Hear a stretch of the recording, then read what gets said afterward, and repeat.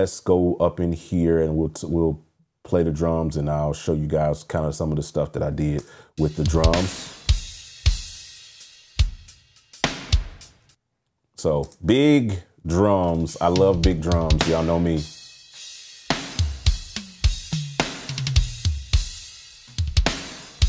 So nice big drums, big fat drums, of course.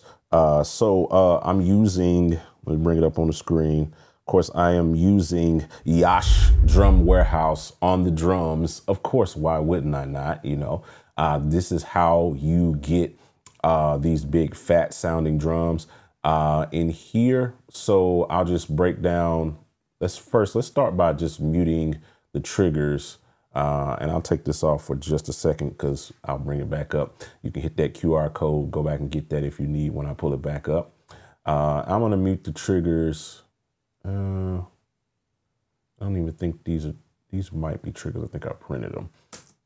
So these are the raw drums.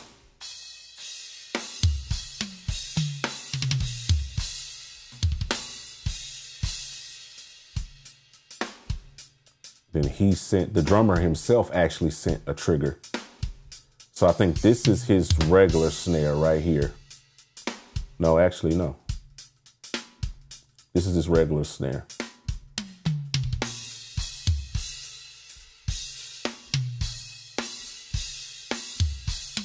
Which is a really nice bass line for the snare. It sounds really, really good. I believe there was a lot of, let's listen to what the bleed was like on the snare itself. Now, this is his regular snare. So this is one of the reasons why it is difficult. And I stress this all the time. A lot of people say, well, why don't you just turn the snare up? Just turn the actual snare up and use the real snare, right? In which we do bring that in there and it becomes a part of the bass line. But the thing is, when you start, this is my experience. This is not an absolute. I'm not giving you a rule because every record is going to be different. And it all depends on how the drums were recorded themselves. So when you have drums that have this amount of bleed in them, let's listen.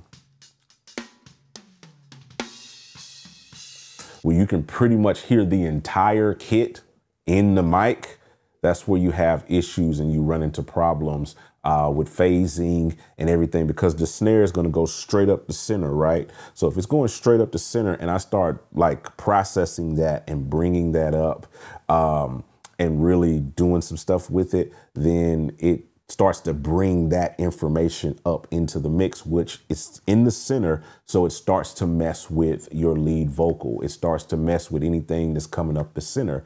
And then you end up with, why the drums sound so loud? Why does it sound like the drums are in mono? Well, that's because you got some bleed issues with the drums. Now, I know some drummers that record very, very clean, and you don't have these issues, but you know, typically it's difficult. It's difficult to manage this. And the best way to do it, if you care about your tones, because I feel like I always have to coddle the drummers in these particular cases. If you care this much about your drums and your tones, then you send your engineer samples of your own kit so that he can replace your snare with your snare, that he can replace your kick with your kick. He can replace your toms with your toms. All right. So those are necessary things that have to be done. So with that being said, we brought in, I brought in some triggers. The drummer himself actually sent some triggers. And his triggers sound like this. These are the triggers. No, that's just a duplicate. This is the trigger that the drummer sent himself. And that was cool.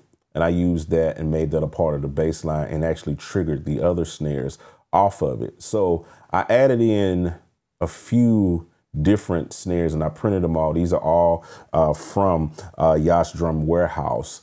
You can get them all in there. And so we ended up with this big kind of drum sound.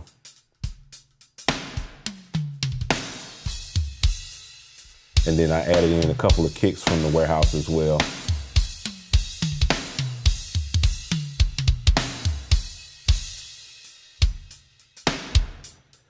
And it's really big and fat, and it sounds really big and fat when it's solo. But when you put it into the context of the mix, it actually doesn't sound as big.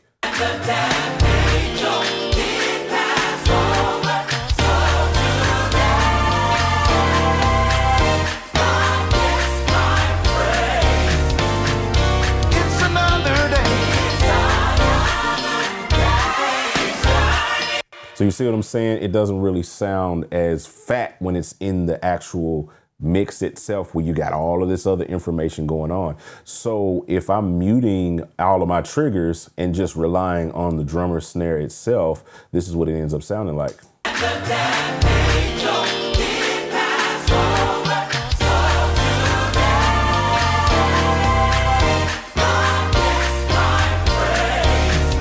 So you see where the snare went? The snare just disappeared altogether.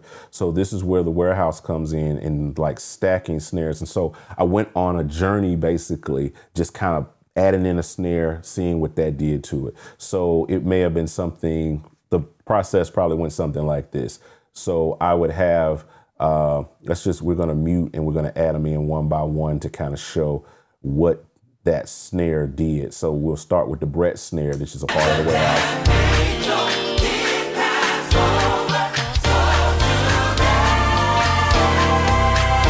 I was like, okay, that sounded good. Let me add in the popcorn snare. So that gave me the top, the ta that I needed in there. So now we start adding in snares like the absolute snare that gives it some weight and some body. So you start to hear some of the body come in. Then if I throw in the deep down, it gives it some even more fatter weight. And then finally, I added in a Nashville wallet snare to round it out some more.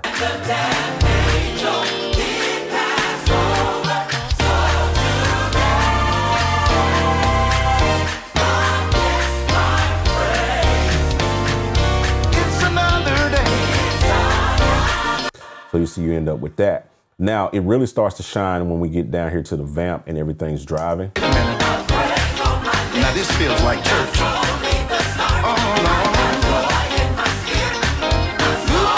So it was all building out layers with different snares and a couple of different kicks to really help those drums cut through everything that's going on without having to, deal with the bleed and deal with all kind of other issues that may arise if you're just doing those sorts of things. All right.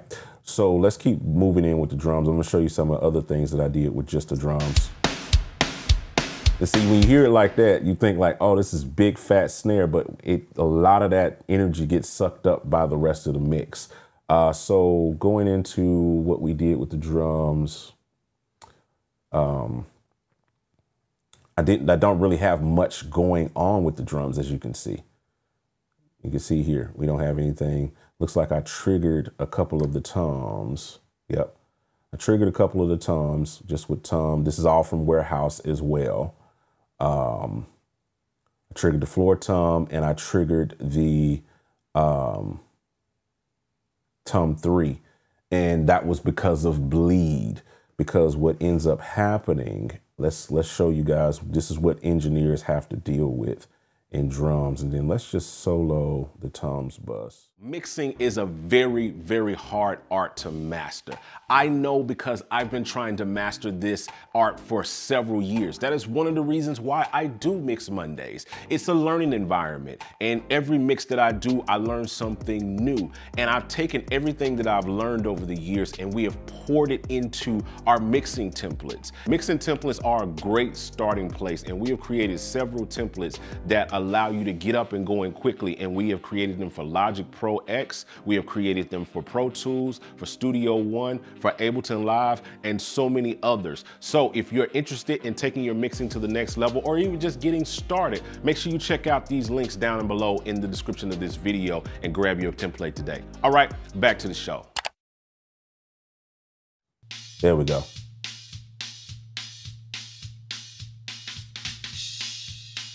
See that?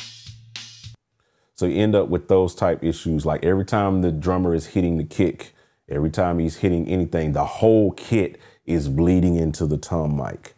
And so what you have to do to mitigate that sometimes is replace that. Now, I work with a ton of really, really dope drummers. One in particular that I use on all of my records, and he always sends me samples of his own toms that he used when he was recording the record, the heads, the tuning, everything. So I have his toms that come along with the record so that I don't have to pull something from like a warehouse or pull something from somewhere else. I can use his actual toms from the record in order to mitigate that. All right. So that's what I ended up doing, was adding in those tom triggers to do that. As far as anything else, the only other thing I did, I love to do this. I love to put a stereo imager on the drums. You have to be careful with these. Go gentle on them. I like this one by T-Rex. It's just very transparent almost. It just adds just enough width to a source without like washing it out, so to speak. So if I turn it off completely, you'll hear the difference. So here's the drums without the imager on it. And let's find a space where the toms are kind of really going. Let's see.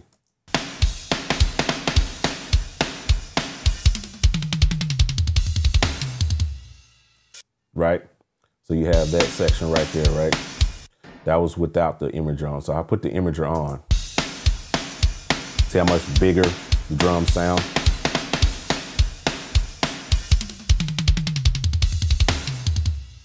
And those toms kind of got a little bit more definition to them just as well, just by adding that in there. So I love using an imager on the top of my drum bus. VMR is on here, but it's bypassed. So obviously I felt like it didn't serve the record. So there's no top level compression or anything going on these drums, which is really dope. So only other things I did was I cut out some ring in the snare. Looks like I added in a trigger for the rim shot, which comes in this part of the song right here.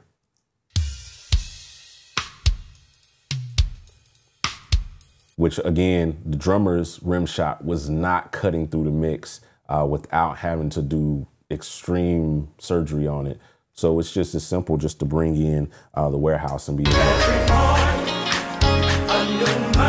Thank you, Jesus. Because you see how much other space, things that are living in that space. You got claps going on, you know what I mean? You got other stuff that's living in that same frequency range. So it's easy for like something as small and insignificant as a rim shot to just get lost in this space. Thank you, Jesus. One more chance, one more praise, with every morning, a new mercy, one more chance, one more praise, with every morning. So you see what I'm saying? You want to make sure that you kind of get that going. So triggers here. I put the SSL channel on the hi-hat. Nothing crazy there. Looks like I just used the hi-hat preset and just kept moving. If it sounds good, it sounds good. There's no need to mess with it. Trigger, I told you guys I triggered the toms. Now here's some other buses that I have going on here. CLA drums on the toms. These are my settings for that. Nothing crazy. Just playing around with that to get that sound that I wanted out of the toms. Followed that up on that same bus with just the EQ right there. I guess it was some frequency I wasn't liking right there, so I dipped that out. Then running that into the drum verb. That's just a send from the toms into the drum verb. Cymbals, got VMR on here, a little bit of the SSL channel, and just this FG401, just like a compressor, just some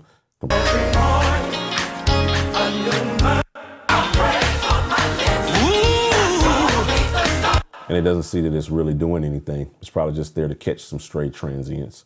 Infinity EQ, I threw that on, cut out a lot of the, low end, brought down a dip on the cymbals, some harshness, then parallel compression on the drums.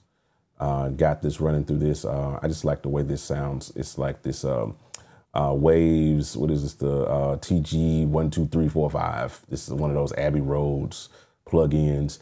It just sounds really, really good, really musical, and it gives some really transparent compression. But I'm busting parallel compression into that, busting the drums into that. And then the drum verb is just simply the Waves IRL. And, you know, REQ is just there in case I needed to EQ some stuff, but don't look like I did anything to it. Just running it strictly through that, which produced the drum verb that you hear. And that's the only verb I have on the drums outside of what's coming out of CLA on the toms. The side stick situation, what I did was I cut a section out right here of the snare top, and I just dropped it down to a clean track right here. And then just added in our session snare side stick. That was the one that just kind of stuck out to me for the most part during when I started working, and the one that just kind of worked. And I just dragged that track down there and just triggered it, basically. That's what I ended up doing with that. The kick itself was this. This is the kick. That's the original, which is nice and punchy. But I layered it with a couple of my kicks. You know, just to give it some more weight. Because again, it's a dense mix, a lot going on. So I probably just wanted to touch it. A new mercy. If I turn it off.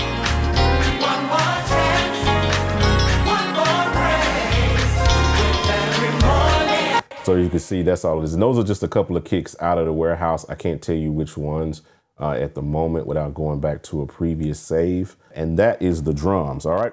Yo, I hope you enjoyed this exclusive clip from our Mix Monday live streams. We do these live on Monday nights, so make sure you grab the subscribe button and turn on notifications so you don't miss it when we go live. If you want to check out more of these, check out this playlist right over here. And if you're interested in taking your mixing or production to the next level, check out the templates and the links that we have below. I'll talk to you guys on the next one. I'm out. Peace.